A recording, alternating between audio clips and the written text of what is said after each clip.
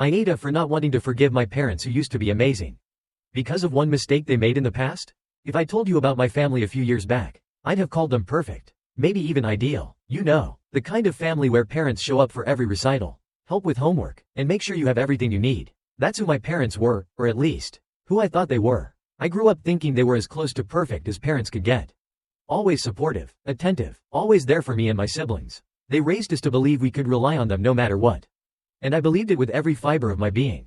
But, like most families, we had our quirks, little things you learn to live with because, well, that's just who your parents are. And one of those quirks was their rule about their phones. My parents had this routine where they'd put their phones on do not disturb mode every night from 10 p.m. until 7 a.m., no exceptions.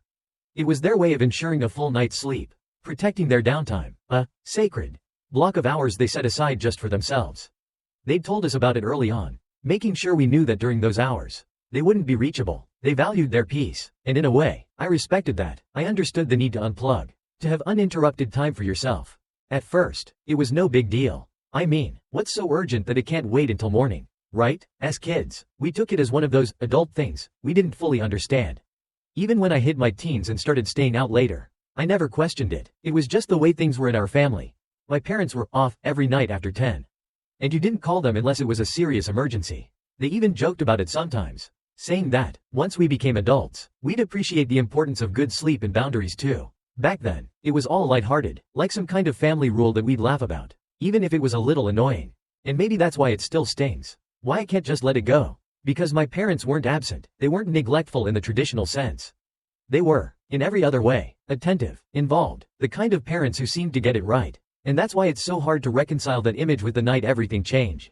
It was supposed to be a normal night. Just another late shift. I'd been working as a server for a few months. Working until 1 a.m. most nights. Driving home on quiet, empty streets was something I'd gotten used to. It was freeing in a way. Driving through the silence, knowing that everyone else was asleep. The world feeling so still. I'd come to enjoy that time alone. Unwinding in the car, letting the rush of the evening melt away before I got home.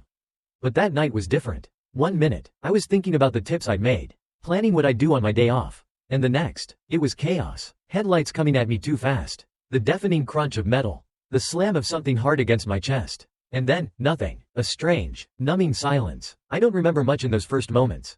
Just flashes, pain, confusion, a cold fear that I hadn't felt before. One that made my hands shake as I tried to move. Somehow, I managed to grab my phone. My hands fumbling to dial through the haze. I didn't know what else to do but call my parents. Even through the fog of pain and shock, my instinct was to reach out to them. To hear their voices and know that they'd be there soon. That they'd make it all okay somehow. That's the thing about parents, right? You grow up with this sense that no matter what happens, no matter how bad it gets, they'll be there. It's this unspoken promise you don't even think about until you're desperate for it to be true. But the call went straight to voicemail. Just that dull, automated voice telling me they weren't available. I tried again, hands shaking, this small part of me hoping that somehow the call would go through. That they'd break their rule just this once. But each time, the phone clicked, and I was met with silence. A heavy feeling settled in my chest, a sinking realization that, despite everything, I was on my own. I could feel the panic clawing at me, my mind racing through every possibility, every reason they should answer. But I knew, deep down, that they wouldn't. They'd made that clear years ago. 10 p.m. to 7 a.m. were off. Their voices echoed in my head. The words I'd heard so many times before. Words I'd brushed off because I never thought it would matter. But here I was, in a situation that mattered more than anything. And I was left hanging, alone with nothing but my injuries and a phone that wouldn't connect me to them. I tried calling a few other family members, desperately hoping someone else could reach them. My grandparents answered right away. They were out the door as soon as they understood what had happened. Telling me they'd be there as soon as possible. Doing their best to calm me down over the phone. I could hear the worry in their voices. And I clung to that. It was a relief, but it didn't erase the ache of disappointment. The way that, in my moment of need, my parents weren't there, not because they couldn't be, but because they'd chosen not to be. My grandparents were the first to reach me, arriving just as I was being wheeled into surgery. They held my hand, offered comfort, reassured me that I wasn't alone. And even though I was terrified, in pain and scared of what was going to happen, their presence gave me something to hold on to. But that didn't stop the thoughts racing through my mind as I was prepped for surgery. Where were my parents? Did they even know? Would they find out I was hurt? These questions echoed in my head, unanswered and relentless, a constant reminder of the one thing I didn't want to accept. I couldn't rely on them when I needed them most. I came out of surgery in the early morning, and as I slowly came to, my grandparents were still there, holding my hand, whispering words of encouragement. I was groggy. the pain barely dulled by the medication, and all I wanted was to close my eyes and forget everything. But instead, I lay there, waiting. I waited for my parents to walk in, hoping that any second now, I'd see them come through the door, rushing to my side, apologizing, holding me, telling me everything was going to be okay. It wasn't until around 7 a.m. that my parents finally walked in.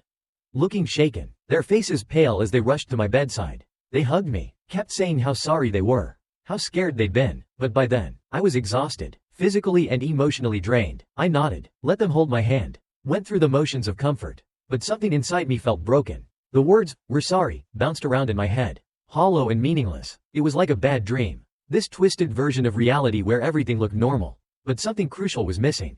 And that was it. Just like that, everything changed. All those years of seeing them as my rock, the people I could rely on without question, had crumbled in a single night. I lay there, feeling a strange numbness settle over me, a cold realization that the people I thought would always be there, no matter what, had failed me in the one moment that mattered most. And no apology, no explanation, could erase that feeling. I lay there in that hospital bed, going through the motions, saying, thanks, and, I'm fine, and whatever else I thought my parents wanted to hear. But on the inside, something was twisting up, something heavy and jagged that made it hard to even look at them. I'd watch them sitting there, my mom with her hand on mine, my dad leaning forward, all wide-eyed and guilty. They kept asking if I was okay, if I needed anything, offering to bring me food, water, whatever they could think of to make themselves useful. They looked shaken, like they wanted to make up for not being there when it mattered most. But it was too late. The damage was done. My grandparents were the ones who had been there when I woke up in that cold, sterile hospital room, alone and scared. They were the ones who rushed in, holding me, telling me it was going to be okay, giving me some sliver of comfort in the middle of all that chaos. When I saw my parents walk in later that morning, part of me wanted to feel relieved, to let go of the anger and hurt and just be glad they were finally there. But that part of me felt distant, almost foreign, buried beneath a thick layer of resentment. They hugged me, told me how sorry they were, kept repeating it as if saying it over and over could somehow make up for not answering their phones when I needed them most. But each time they said it, I felt myself sink deeper into this quiet, simmering anger. I just nodded, keeping my responses short, barely acknowledging them because, in that moment, I didn't want to give them the satisfaction. I didn't want to make it easy for them to brush this off as a mistake, to chalk it up to, we just didn't know. A nurse came in, giving me more medication, and my parents stepped outside to talk to the doctor. I stared out the window, my mind spiraling with thoughts I didn't know how to stop. They'd always told me I could rely on them, that no matter what, they'd be there, and for so long, I believed it. I believed that, if something happened, they'd drop everything and come running. But now I knew better. I knew that when push came to shove, their routine, their rules, their need for peaceful sleep was more important than me lying in a hospital bed, scared and hurt. The worst part? I knew they'd never meant for it to happen this way. I knew they were just sticking to the rules they'd set for themselves, following that strict boundary of, do not disturb. But that knowledge didn't make me feel any better. It didn't change the fact that, for those hours, when I needed them more than I'd ever needed anyone, they were unreachable, as good as gone. When they finally came back into the room, my grandparents took that as their cue to leave, giving me a squeeze and promising to check in later. And then it was just me and my parents, alone in the awkward silence that filled the room. They started asking more questions, trying to fill the void with reassurances, as if by talking more, they could undo the damage. My mom kept apologizing, her voice breaking, saying how scared she was when she'd finally gotten the message. My dad was more reserved, looking pained, but his words sounded rehearsed, like he'd practiced what he'd say all the way to the hospital. But I couldn't bring myself to forgive them. I didn't even want to try. As the days went on, the resentment grew. It festered in the quiet moments when I was alone, staring at the sterile hospital walls, going over every agonizing second of that night. I thought about all the what-ifs, the possibilities, the nightmare scenarios that had played out in my mind when I'd been lying there, waiting for them to pick up. And each time, that knot of anger and betrayal tightened in my chest, reminding me that they hadn't been there when it mattered most. By the time I was discharged, I'd made up my mind. I didn't want their help, didn't want to give them the chance to make up for it by taking me to follow-up appointments or helping with physical therapy. I was done. I couldn't bear the thought of sitting in a car with them, listening to them try to soothe me, to offer me comfort I didn't want or need anymore. My grandparents had been the ones to step up, and they were the ones I wanted by my side as I adjusted to life after the accident. At home, things didn't improve. My parents kept hovering, trying to help, trying to insert themselves back into my life. But I kept my distance. I go to physical therapy with my grandparents, handle my medications on my own, and lock myself away in my room whenever my parents came by, pretending to be asleep just to avoid talking to them. They'd done everything they could think of to try to make things right. But I couldn't shake the feeling that they'd betrayed me, that they'd broken a trust I'd never be able to rebuild. They started noticing the distance, of course. My mom would come into my room, try to talk to me, ask if I was okay, if there was something I needed. But I couldn't even look her in the eye without feeling that deep, gnawing resentment bubbling up inside me. Every time I saw her face, every time I heard her voice, all I could think about was that night, the silence on the other end of the line, the feeling of being left alone.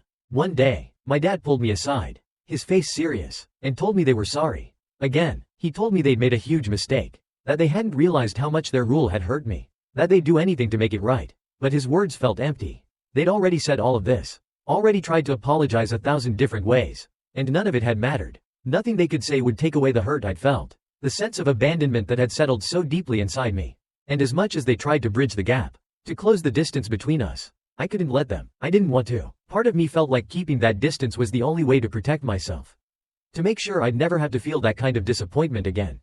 Coming back home was supposed to be this period of healing, a chance to recover and find my way back to normal. But every day, I just felt angrier, colder, more resentful. The routine of physical therapy, doctor's appointments, and adjusting to a new reality felt like climbing a mountain I'd never wanted to climb in the first place. And every day, my parents tried to be there, ready to help in ways I just didn't want. They'd always been good at being attentive, at showing up for the small things. They'd bring me tea, leave encouraging notes on my nightstand, cook my favorite meals, all the things I'd once appreciated. But all of it felt pointless now. All of it felt like too little, too late, like they were trying to paper over a chasm they didn't understand. Each, "Can we help?" or "Are you okay?" grated on my nerves. A reminder that they thought they could fix everything with gestures I hadn't asked for. I leaned heavily on my grandparents instead. They'd been there since that awful night, had stood by me in those early moments when I needed someone the most. They took me to every physical therapy session, helped me manage my pain meds, and sat with me during those hard days when moving was a struggle. Every time I saw them, it was like a balm over the raw anger I felt. They didn't try to push me to forgive my parents, they just showed up and let me be.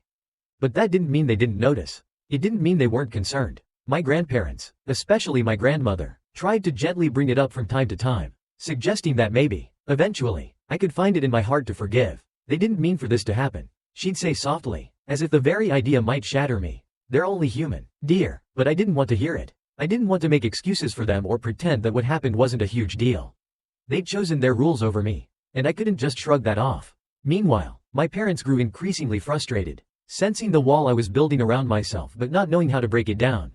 Every day, they tried something new, from heartfelt apologies to over-the-top gestures of support. But it only made me feel more isolated. My mom would say things like, "We're here for you, whenever you need us," and I'd feel a pang of anger every time. Where had that whenever been when I needed them the most? It felt like they were clinging to this idea of who they thought they were as parents, completely ignoring how deeply they'd hurt me. The tension in the house got thicker with every passing day. My dad, always the logical one, tried to sit down with me more than once to have what he called a heart-to-heart.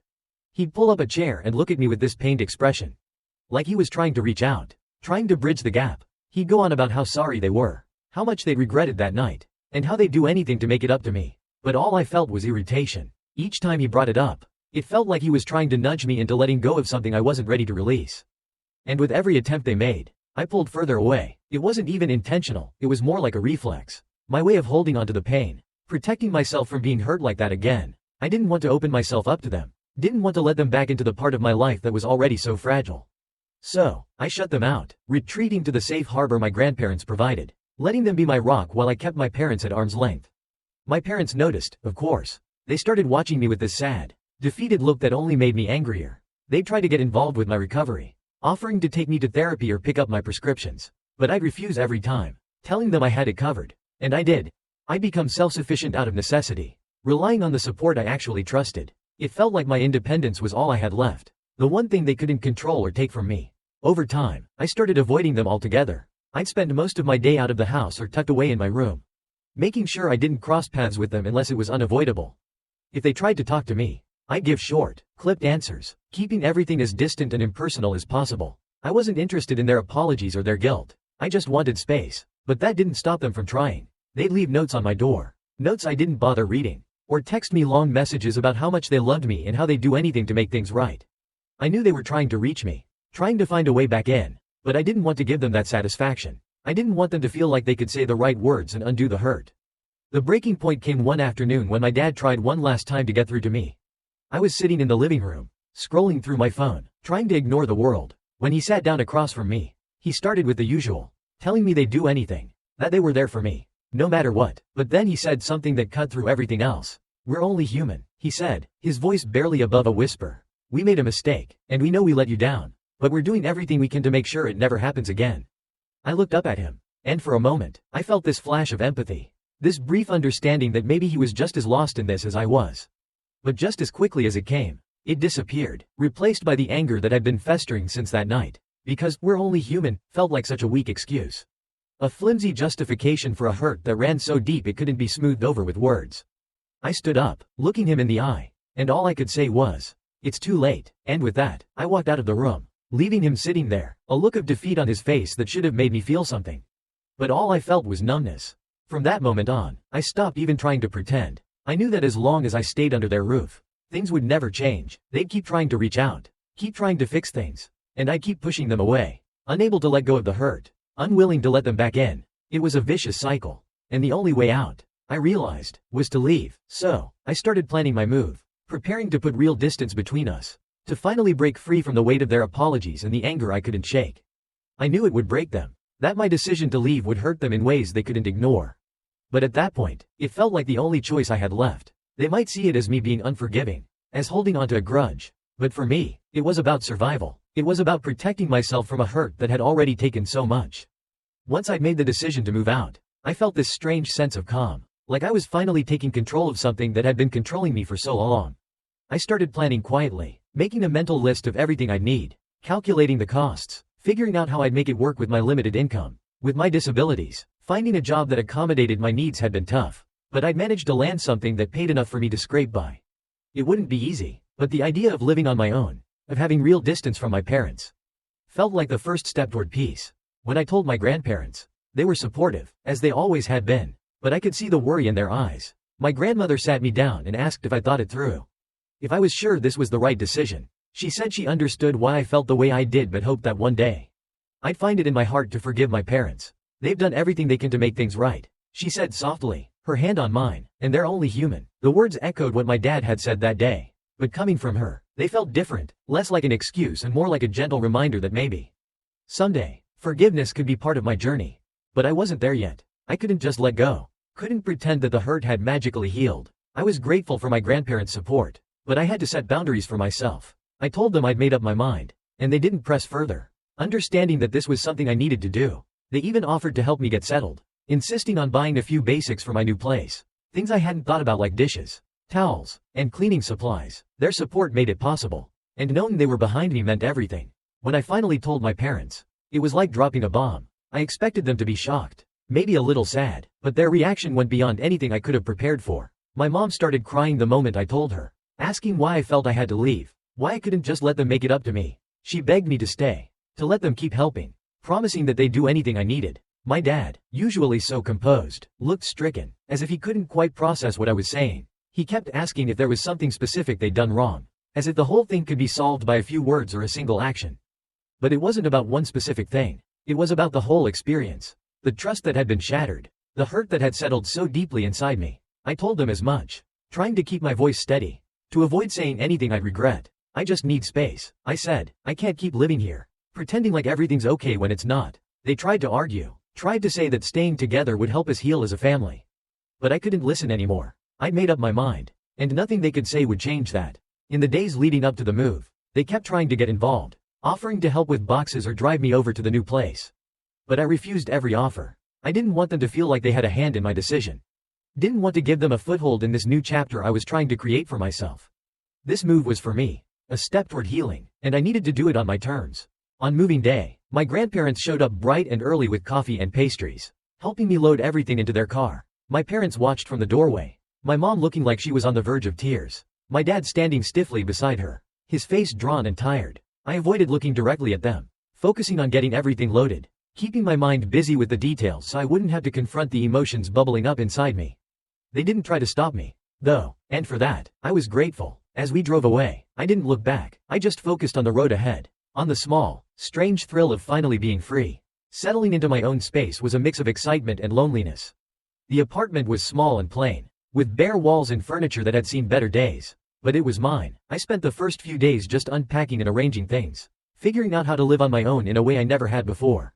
There was a certain peace to it, knowing that I was finally in control. That I didn't have to deal with my parents' guilt or their constant attempts to fix things. For the first time, I felt like I could breathe. But the distance didn't make everything easier. The silence brought its own challenges, filling my mind with memories, with questions that didn't have easy answers. I'd think about my parents, about the way they'd looked that day I left, and part of me would ache, wondering if maybe I'd been too harsh, if maybe they deserved a chance to make things right. But each time those doubts crept in, I'd remind myself of that night in the hospital, the empty ring of the unanswered calls, the feeling of being abandoned in my moment of need. I couldn't forgive that, not yet. Going no contact with them was both a relief and a burden. I blocked their numbers, removed them from my social media, and told my siblings not to pass on messages. It wasn't about punishing them, it was about preserving my own peace. About giving myself the space I needed to heal without the constant reminder of their attempts to apologize. But it also left a hole, a part of me that felt unfinished, unresolved, as if I'd severed something that was meant to stay whole. My grandparents kept in touch, respecting my decision but occasionally mentioning that my parents were struggling with it. My grandmother would gently tell me that they missed me, that they regretted what had happened. But she never pressured me to reach out. She understood that this was something I had to do in my own time. And for now, that time hadn't come. I couldn't bring myself to go back. Couldn't open that door again when I still felt so raw. The strange thing was, as much as I'd hoped the distance would help me let go of the anger, it stayed with me, a quiet simmering that flared up in unexpected moments. I'd see families out together, parents with their kids, and feel a pang of jealousy, a bitter reminder of what I'd lost. I'd think of my parents and feel that familiar wave of disappointment. The sense that I'd never get back what they'd taken from me that night. But as the weeks turned into months, I began to feel a new kind of peace. It was fragile, tentative, but it was mine. I didn't have to explain myself. Didn't have to justify my feelings or my choices to anyone. I was living on my own terms, building a life that didn't revolve around their guilt or their attempts to make things right. And in that small, quiet way, I started to heal. Maybe one day, I'd reach a place where forgiveness felt possible, where the weight of the past wouldn't feel so heavy. But for now, I was content with the distance, with the silence, with the knowledge that I'd finally chosen myself. And that was enough. After a few weeks in my new place, I'd settled into a routine. I'd go to work, come home, make dinner, and spend my evenings quietly. It was a simple life. And honestly, that simplicity was all I wanted. No drama, no guilt, no feeling like I had to tiptoe around other people's feelings. For once, I could breathe. But the quiet came with its own kind of tension. It gave me too much time to think, to replay everything that had happened. The silence, as freeing as it was, sometimes felt heavy, like it was pressing down on me, reminding me of the things I'd left unresolved. I wanted to believe I was moving forward, leaving everything behind, but my thoughts kept pulling me back to the past, to my parents, to that night in the hospital, to everything they'd said and done since then. My grandparents were still my lifeline, calling to check in, coming by on weekends with groceries or just to visit. They'd always been my rock, steady and reliable, and their presence in my life felt like the one thing that hadn't changed. But it was clear that my move, and the silence between me and my parents, was weighing on them. My grandmother, in her gentle way, would bring it up now and then, asking if I'd thought about reaching out, even if just to talk. She'd say things like, "They're hurting, you know," or, "They miss you terribly." I knew she wasn't trying to guilt-trip me, but every mention of my parents left me feeling caught between anger and guilt. One night, as we sat in my small living room, sipping tea, she looked at me with a sadness that made my chest ache. "They've made a lot of changes, dear. They don't turn off their phones at night anymore. Did you know that? Your siblings have been able to reach them anytime. It's their way of showing they're sorry." I didn't know how to respond. A part of me wanted to say that it was too little, too late, that their change in routine couldn't undo the past. But another part of me felt that pang, a hint of something close to sympathy, knowing that my parents were trying to fix what had been broken. "I know they're sorry," I said quietly, "but it doesn't change how that night felt. It doesn't change what I went through alone." My grandmother nodded, her expression soft, understanding, but still a little sad. "Forgiveness doesn't come easy. I know, it's a process, but sometimes, holding on to the hurt takes more out of you than letting go." She let the words hang in the air, not pushing, just leaving them there for me to consider. I knew she was right in some way, that the anger, the resentment, was exhausting, but I wasn't ready to let it go. Not yet. In the following weeks, my siblings started reaching out more often. My younger sister called, catching up, keeping things light, but inevitably, she'd mention our parents, saying how they'd ask about me, hoping I was okay. My brother texted once, saying that our dad had been quiet, barely speaking during family dinners, that my mom would go to her room and cry when she thought no one noticed. It was strange, hearing about my parents' lives secondhand, like I was peering into their world from a distance. And each time I heard something about them, it stirred something uncomfortable in me, a mix of regret and anger, of knowing I'd hurt them but also feeling that they'd earned it. I started questioning myself, wondering if maybe I'd been too harsh. They hadn't known that night would end in an accident. They couldn't have predicted that I'd need them. They'd been following their own rules, keeping boundaries, not out of malice but because they thought they were doing the right thing. And yet, I couldn't shake the feeling of abandonment, the sense that, in my most vulnerable moment, they'd let me down. It was a wound that still felt raw. Even as the days passed and life moved on, my grandparents, in their way, kept gently encouraging me to reconsider, to think about reconnecting. They'd say things like, "They're learning," or, "People make mistakes, but it doesn't mean they don't love you." And while part of me understood, part of me resented the implication that I should be the one to reach out, to fix things. It felt like I was being asked to overlook something monumental, to pretend that night hadn't left scars that went deeper than anyone realized.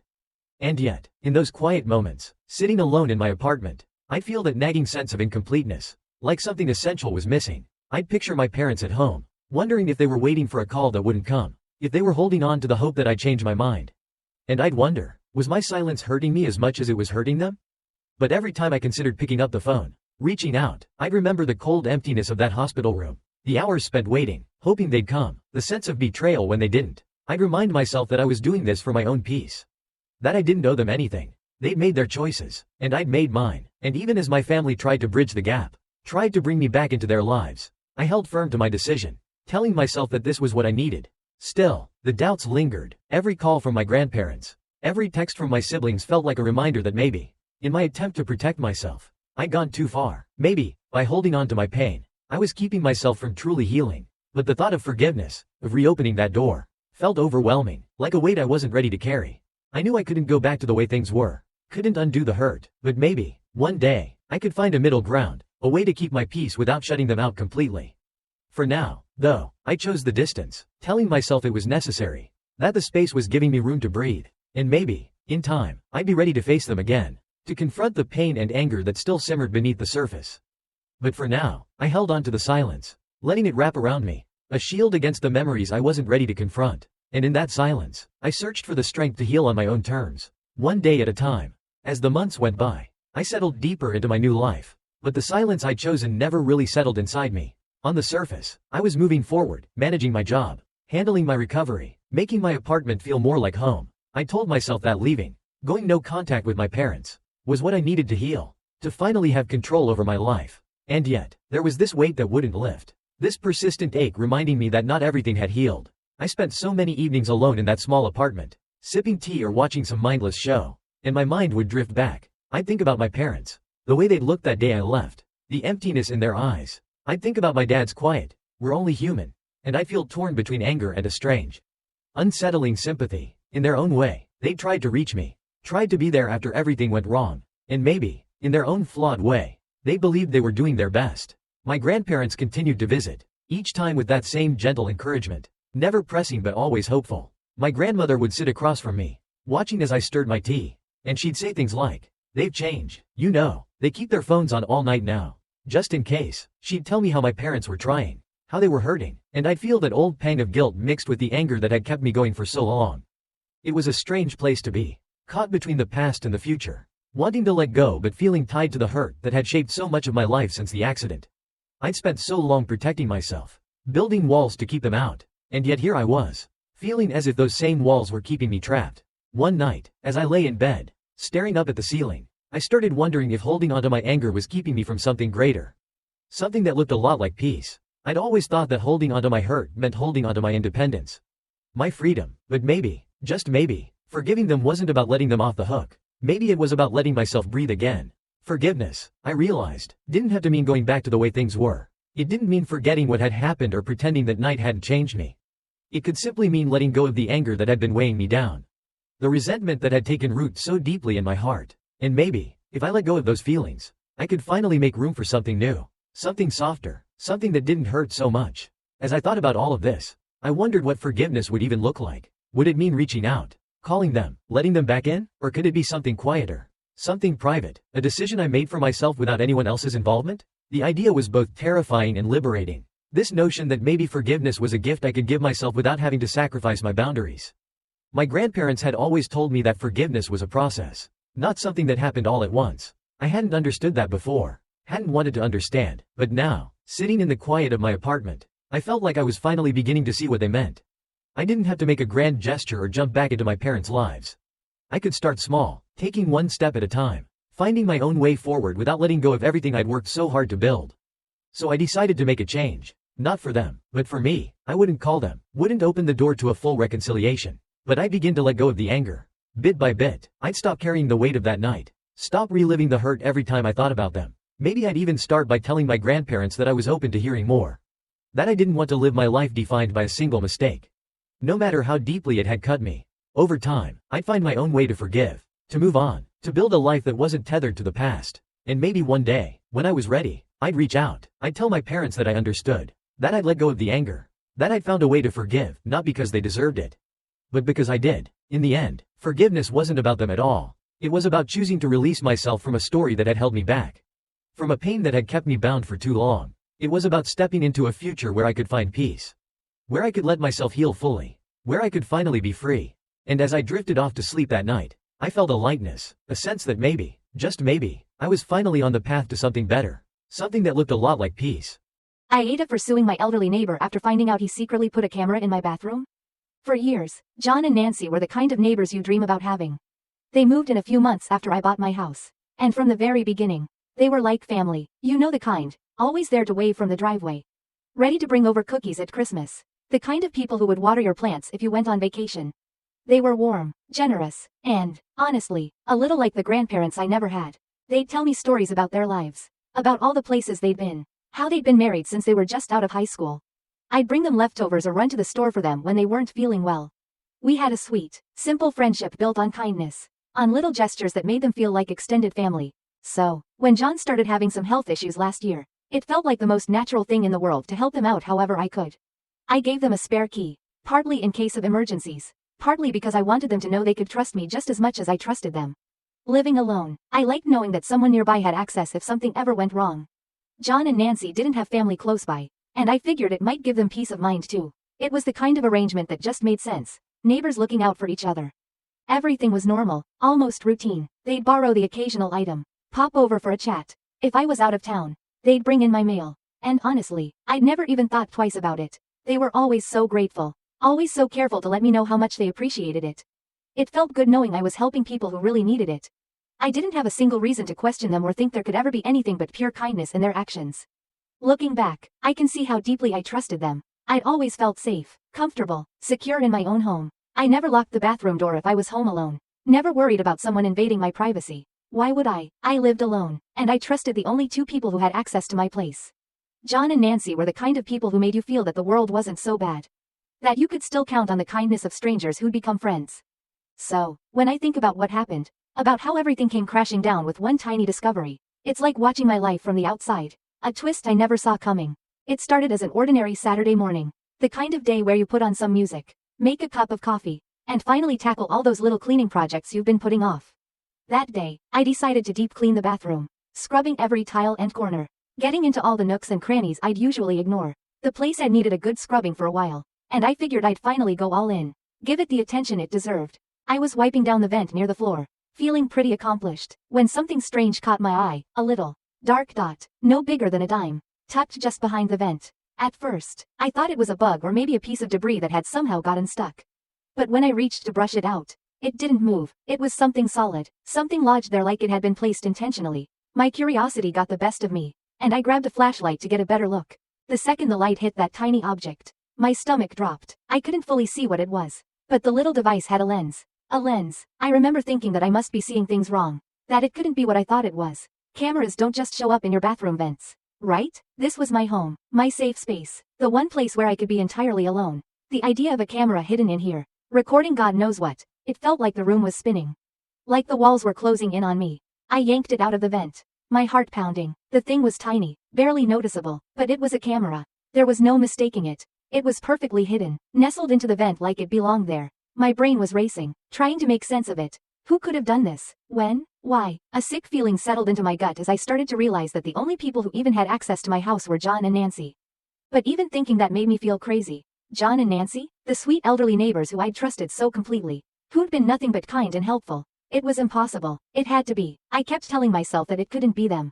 That there had to be some other explanation. Something logical that would make this whole nightmare make sense. But deep down, a sense of dread was starting to creep in. A gnawing feeling that the people I trusted most had done something beyond comprehension. In a daze, I took the camera to my computer and looked it over, trying to figure out how it worked. if there was any data on it. I didn't know much about these things, but I realized there was a way to access its storage wirelessly. A setting I'd never even noticed on my own Wi-Fi network. Suddenly, everything felt exposed. It was like I couldn't trust anything around me, like my privacy had been shattered in ways I hadn't even considered. After a few hours of going back and forth in my head, trying to rationalize, trying to find another explanation, I knew I had to check my security camera footage. It was my last resort. The one way I could figure out if someone had come in here while I was away.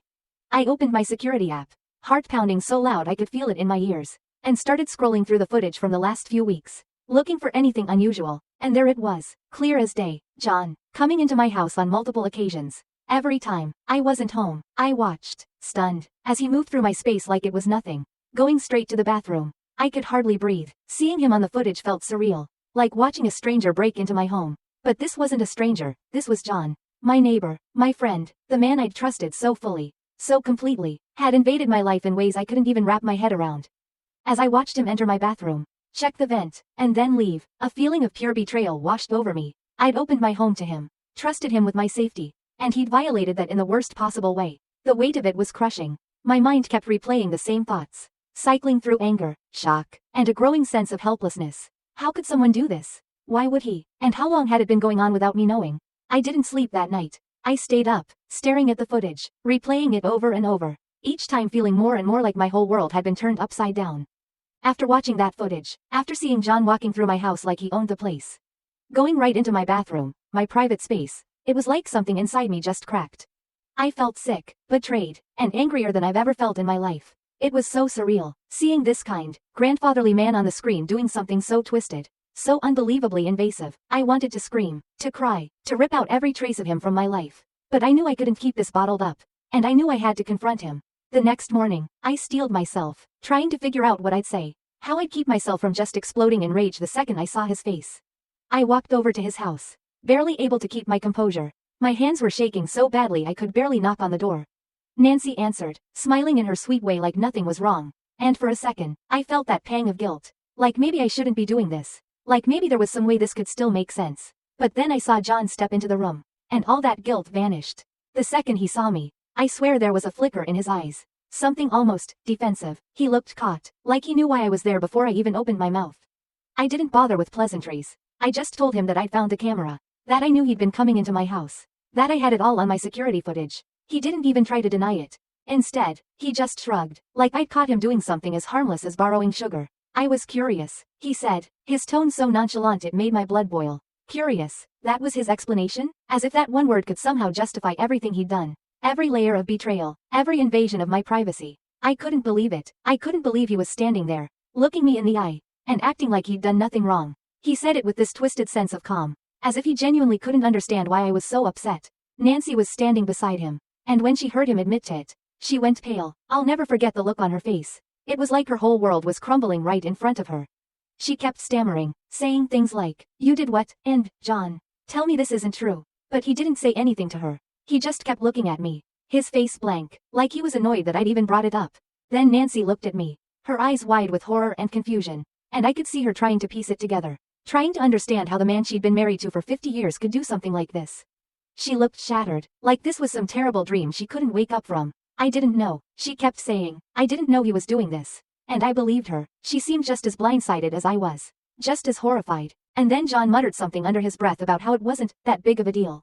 That's when I lost it. I didn't care if I was standing in his home, if Nancy was in the room, if my voice was shaking. I let him have it. I told him exactly what I thought of him. How disgusting, how twisted, how absolutely wrong it was. I couldn't stop myself. Every ounce of anger, every bit of betrayal, every sleepless, anxious hour I'd spent since finding that camera came pouring out of me.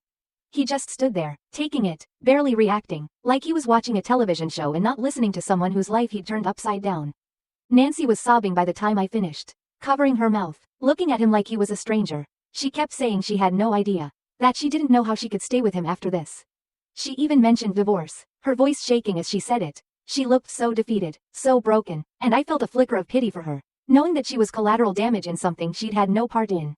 She'd trusted him too, probably even more than I had. And now, she was realizing that the man she'd spent her life with was capable of something so disgusting, so cruel. I left their house without looking back, still reeling, still feeling like none of this was real. But that afternoon, the reality hit me in a new way. I was torn between my fury at John and my pity for Nancy. She was innocent in all this, just as betrayed as I was. Maybe even more. She'd been with him for decades, and now she was questioning everything about her marriage, her life, and yet, as much as I felt for her, I couldn't ignore what he'd done. Couldn't just let it go for her sake. The confrontation felt like ripping off a bandage, but it didn't bring any relief. I left there feeling even angrier, even more confused, because now I had to decide what came next. When I got home, I barely knew what to do with myself. It felt like the walls of my house were closing in, every corner reminding me of John, every shadow feeling like an invasion of privacy. The betrayal, the anger, the sheer disbelief of it all, it was all wrapped around me so tightly I felt like I couldn't breathe. I was drained, raw, and I just needed someone to talk to. Someone who could help me make sense of it all. So, I reached out to a couple of close friends and family members, hoping for some support, some clarity. I started with my mom, explaining everything from the beginning, how I'd given John and Nancy a key for emergencies, how I'd found the camera, how John had admitted it without an ounce of remorse. I expected her to be furious, horrified, ready to stand by me as I figured out what to do. And she was horrified, at first, but as I went on, explaining how I'd confronted him and that Nancy was considering leaving him, her tone shifted. "Are you sure you want to press charges?" she asked gently, her voice laced with caution. "He's an old man, honey. Maybe he didn't realize how serious it was. And Nancy, she's already suffering because of this. Do you really want to put her through more?" It was like a punch to the gut. I couldn't believe what I was hearing. I knew she cared about Nancy, but this was about so much more than Nancy. It was about my privacy, my trust, my safety in my own home. Yet here my mom was, as if I was the one crossing a line by even thinking of holding John accountable. She kept talking, going on about how pressing charges could ruin his life, how it would hurt Nancy. The sympathy in her voice was unmistakable, but it wasn't directed at me. It was for John, for Nancy, for the couple they used to be. I tried explaining it again, tried making her understand how it felt to have your personal space invaded, to know that someone you trusted had done something so disgusting. But her response stayed the same, cautious and subdued. "Just think about it," she said. "Think about whether this is really the path you want to go down. Sometimes it's better to forgive and move on." The words left me speechless. Forgive? Move on? I didn't know if I should scream or cry or hang up. I ended the call as politely as I could manage, but inside, I felt a whole new wave of anger, now directed at everyone who seemed to think I should just brush this off. Over the next few days, I heard similar reactions from other people. Some friends supported me fully, horrified by what John had done and saying he deserved to be held accountable. But others, family members, co-workers, even a couple of neighbors, echoed what my mom had said. "He's an old man. Maybe he didn't realize it was wrong. Think of Nancy." Each comment felt like a betrayal of its own, like they were dismissing the violation I'd experienced, reducing it to some minor inconvenience. And each time I heard those words, each time someone told me to let it go, that knot of anger inside me tightened. It felt like they were asking me to put John's comfort over my own peace. As if his age somehow excused his actions. As if I was supposed to just shrug off this massive invasion of privacy because he was just curious, or didn't mean any harm. But that didn't change the fact that he'd done it, that he'd placed a camera in my bathroom, that he'd invaded my most private moments without a hint of remorse. And then, there was Nancy. Every time I thought about pressing charges, I thought about her face when she found out, the horror and sadness etched into her expression, her voice shaking as she talked about divorce. She was heartbroken, blindsided, and I knew that pressing charges would hurt her just as much as it would hurt him. If not more. She'd done nothing wrong, and yet she was caught in the fallout, left questioning everything she thought she knew about her husband. Part of me wanted to reach out to her, to tell her that I was sorry, that I knew this was tearing her apart too. But another part of me held back, wondering if I should even care about how this would affect her. After all, she wasn't the one who'd had a camera in her bathroom. She wasn't the one who'd been violated in her own home. Why should her feelings hold me back from doing what I knew was right? But no matter how much I tried to rationalize it, that guilt was there, creeping in around the edges of my anger. I couldn't shake the image of Nancy's face, her look of betrayal, her disbelief. I hated the idea of being the one to make her life even harder, to force her into a decision she never wanted to make. And yet, I couldn't ignore what John had done, couldn't pretend that this hadn't changed everything. The back and forth, the guilt, the anger, it was exhausting. Every day felt like an emotional tug of war. 1 minute feeling resolute in pressing charges, the next minute questioning if I was going too far, if I was somehow in the wrong for wanting justice. I'd lie awake at night, replaying the confrontation, hearing John's dismissive, curiosity, excuse over and over, feeling that betrayal like a fresh wound. And then I'd think of Nancy, alone in that house with him, wondering if she'd ever really known him. I kept waiting for clarity, for some sign or feeling that would tell me what to do. But instead, I was left with more questions, more doubt. Was I being selfish for wanting justice? Was I overreacting? Or was everyone else just too willing to excuse his actions because of his age? In the end, I knew I was the only one who could decide. After days of agonizing over it, lying awake night after night, replaying every moment since I'd found that camera. I finally came to a decision. It wasn't a decision I felt fully comfortable with, if anything. It felt messy, tangled up in guilt, anger, and every other emotion I'd been wrestling with. But deep down, I knew it was the only way forward. I was going to press charges. I wanted to feel certain. To feel like there was no question that this was the right thing to do. But in reality, I just felt worn down. Like all the back and forth had finally drained me to the point where the need for justice outweighed everything else. I'd given John every chance to explain himself. And he'd done nothing but confirm the betrayal, dismissing it as if my privacy, my safety, didn't even matter to him. And as much as I hated that Nancy would be caught in the crossfire, as much as I ached for her heartbreak, I couldn't keep letting my empathy for her overshadow the fact that I'd been the victim here. When I made the call to the police, I was numb. It felt surreal, like I was on autopilot, barely registering what I was saying. I described the situation, gave them every detail, the camera, the footage, the admission. The officer listened patiently, asking questions here and there, his voice calm and professional. But each question made it all the more real. And by the end of the call, I could feel my hands shaking, my heartbeat racing as I recounted the story to someone else. Someone who wasn't part of my personal circle, who didn't know John as anything but a man who'd violated my trust in the worst way. The officer told me they'd be in touch, that they'd begin an investigation. And as I hung up, a strange mix of emotions washed over me. Relief, guilt, sadness. I'd taken the first step toward accountability, but it didn't feel as liberating as I'd hoped. There was no sudden sense of justice, no triumphant feeling of having done the right thing. There was only the weight of what this decision would mean for everyone involved. Later that day, I got a call from Nancy. I almost didn't answer. I'd been dreading this call, dreading what she might say, how she might plead with me to change my mind. But I knew that if I ignored her, if I kept hiding from the impact of my decision, I'd never find any real closure. So, I answered, bracing myself. Her voice was quiet, broken. She didn't sound angry, didn't sound like she was there to accuse me of anything. Instead, she sounded defeated, as though she'd finally come to terms with what her husband had done, with the fallout that was tearing their lives apart. I just wanted you to know, she said, her words trembling, that I understand why you're doing this. I don't agree with what he did. I don't even know who he is anymore. Hearing that broke me. I wanted to reach through the phone, to tell her that I was sorry, that I hadn't meant for any of this to happen. But I knew it wouldn't help. Nothing I could say would make this easier for her. She told me that she didn't know what would happen between them, that she felt like her whole marriage had been a lie. I never thought I'd be dealing with this, she whispered. I trusted him too. It struck me then that, in a way, she was just as much a victim of his actions as I was. Her life was turned upside down too. Her trust betrayed by someone she'd loved for over 50 years. And though it didn't excuse what he'd done, it reminded me that pain like this had a ripple effect, touching everyone close to it. After we hung up, I sat in silence, staring at the wall, feeling the enormity of it all. I'd done what I had to do, what I knew was right for me. But it came at a cost that Nancy, too, was paying. I didn't regret my decision, but I felt the weight of it. The knowledge that sometimes, standing up for yourself means hurting people who were innocent bystanders. As the days went on, I felt a shift. The calls from my family and friends continued, some supportive, others still cautious, but I found myself growing firmer in my resolve. I was no longer wavering, no longer questioning myself at every turn. This was my boundary, my way of taking back control after it had been stripped from me. Pressing charges wasn't about ruining John's life, it was about making sure that my own safety, my own dignity, was upheld, and if that made me the bad guy, in some people's eyes, I was prepared to live with that. I'd spent enough time putting others first, worrying about how my actions would affect everyone around me. But this was different. This was about reclaiming something that had been taken from me, about standing up for the right to feel safe in my own home. As for Nancy, I hoped that she'd find her own way to heal, that she'd be able to make peace with the choices she now had to make. In the end, John's actions had affected us both, had shaken our trust, our sense of security, but I knew I couldn't be responsible for her healing any more than she could be for mine. Taking a deep breath, I felt a strange sense of calm, like I was finally letting go of the guilt that had been holding me back. I'd made my choice, and I knew it was the right one for me. It wouldn't erase the hurt, wouldn't change what had happened, but it was a start, a step toward finding my own peace, toward rebuilding the trust I'd lost, not in others, but in myself, and maybe that was enough. In the weeks that followed, I kept expecting to feel something definitive, like I'd finally made the right choice, or that pressing charges would somehow close the book on all the hurt I'd been carrying. But it wasn't that simple. Healing doesn't happen in a straight line. It felt more like a winding path, with ups and downs, doubts and resolutions that seemed to loop back on themselves. Every time I thought I'd put it behind me, some small reminder would pull me back. I'd glance at the vent in the bathroom and feel a pang of that old anxiety.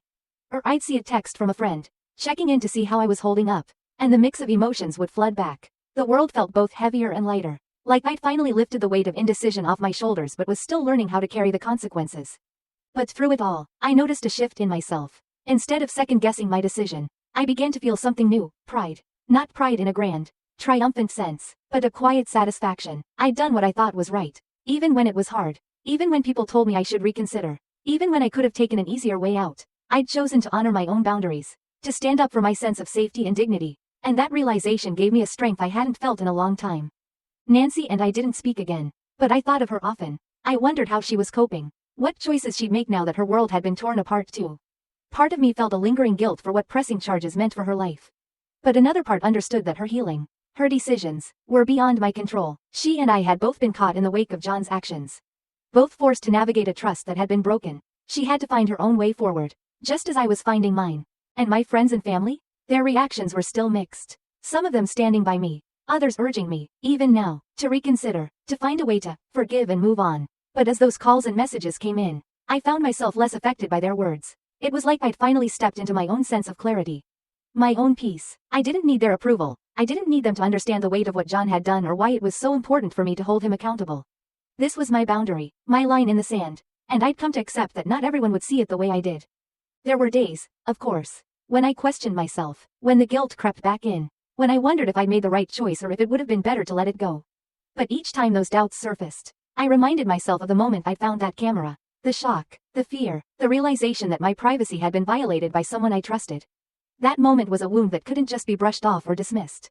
I couldn't erase it, but I could choose to honor my own experience, my own pain, and that choice gave me a sense of peace I didn't know I needed. In those quiet moments, sitting alone in my home, I thought about what forgiveness might mean down the line. I knew it wouldn't look like a reconciliation with John. It wouldn't mean pretending everything was okay or that I'd forgotten what he'd done. Instead, forgiveness could be something private, something quiet, a gradual release of the anger and betrayal, a way to unchain myself from the past without diminishing what I'd been through.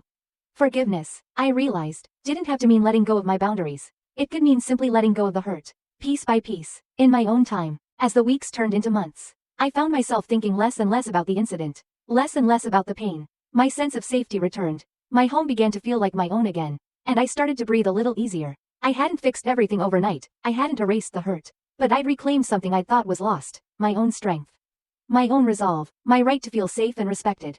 And maybe that's all I needed. Months passed, and gradually, life began to feel normal again. Or, maybe not normal, but something close. My days weren't dominated by thoughts of John, the betrayal, or the fallout with Nancy. The house felt like my own space once more, a place where I could relax, where I didn't have to look over my shoulder or second-guess my privacy.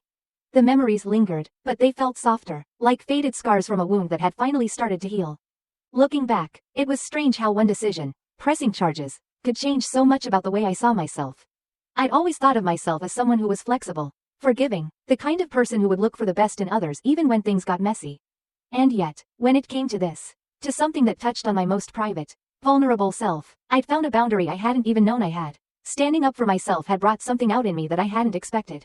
Strength, yes, but also a sense of self-worth, of knowing that my peace, my privacy, and my dignity were worth protecting, no matter who it might upset. I wasn't in touch with Nancy anymore, though occasionally I'd hear from a mutual friend or a neighbor that she'd moved out. The divorce rumors had circled, and I didn't know if they were true or if she was simply taking time for herself. Part of me wanted to reach out, to find out how she was doing, to let her know I hadn't wanted to hurt her in any of this. But another part of me recognized that she, too, needed to heal in her own way, just as I had. We were two people left with different wounds from the same betrayal. And reaching out now might only reopen those wounds for both of us. Family and friends were still there, though in a different way. Some relationships were strained, a few felt more distant, and others had quietly strengthened in ways I didn't expect. The friends who had supported me through it all, who had encouraged me to stand firm even when I felt guilty, they were still there. Their support unwavering, they'd been my anchors when I doubted myself, reminding me that what John did was wrong, that no one should feel pressure to let go of their pain for someone else's comfort. Those friends understood something essential about me now, something that had changed, and I knew they'd be part of my life for a long time. There were still moments when the old feelings would bubble up, those stray thoughts of, what if, and, was it worth it?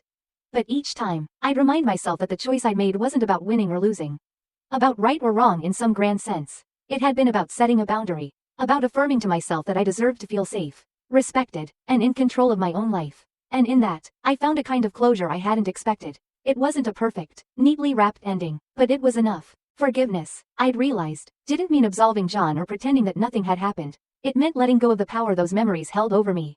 Bit by bit, and with each day, each new step forward, I felt a little lighter, A little more free. The pain wasn't gone completely, it was still there, like a distant hum in the background. But it no longer defined me. It was part of my story. Yes, but not the whole story. Now, when I look around my home, I see a place that belongs to me. A space that I've reclaimed on my own terms. I feel a quiet pride. A resilience that I hadn't known I was capable of. And that's something I wouldn't trade for anything, not even for the comfort of the life I had before all this happened. Moving forward, I know there will be other challenges. Other moments that test my strength. But now I know that I can face them. That I can stand firm even when it's hard. Even when others don't understand. Because this is my life. My peace. And no one has the right to take that from me. And that, I realized, is the truest sense of closure I could ever hope for.